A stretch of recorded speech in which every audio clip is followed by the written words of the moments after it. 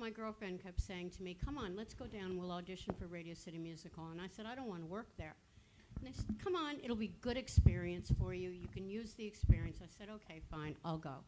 And much to my surprise and amazement, and I was very impressed, that was one of the hardest auditions I had ever been to in my life.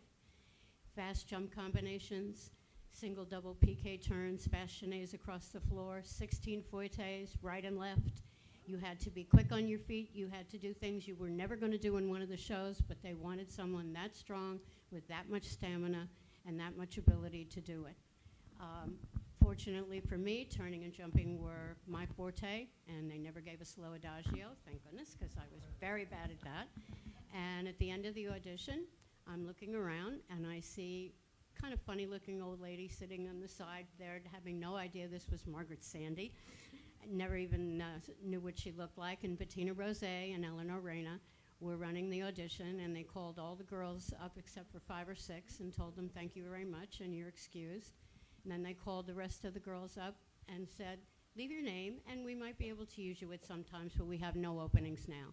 And I turned around and I realized I was the last man standing, and they called me up and they offered me a job. And I thought, better than Schraff's, better than Woolworth's.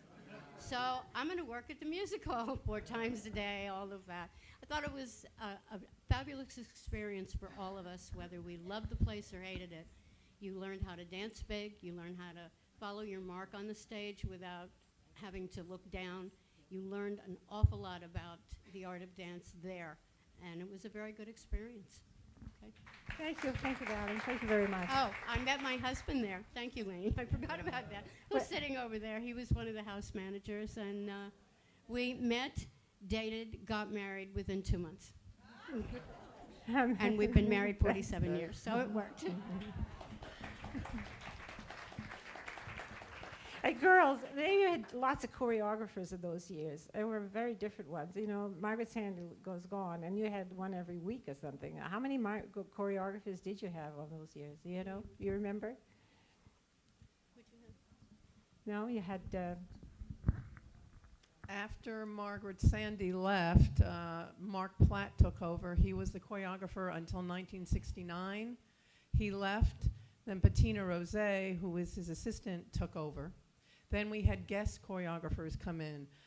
We had Miriam Nelson come from Hollywood. Leonidoff saw what she did on the Academy Awards for Raindrops Are Falling on Your Head, the year that won the Academy Award. He brought her in, and we did this thing with bicycles and being an arabesque upside down, going across the thing in a bicycle. Ronnie Lewis from Las Vegas came in 3 times. So from tutus, we were doing bumps and grinds and head rolls. I swear to you. It changed, yes. And then we went back to tutus when Ronnie went back to Vegas. He did 3 numbers there. And then Peter Gennaro came in 1971 as a guest. And Peter was then hired as the resident choreographer, and he was a director and a producer. And I was lucky enough to be his dance captain for about 5 years.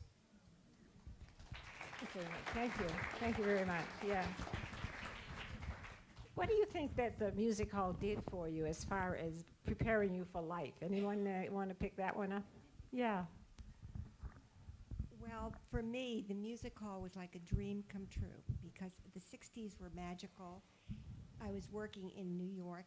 My first show was a Christmas show, and it was incredible to go outside and see the big tree. And I just loved all the people. I loved the stage. I loved the organs. I loved the drama. You liked everything. I really did. I really did.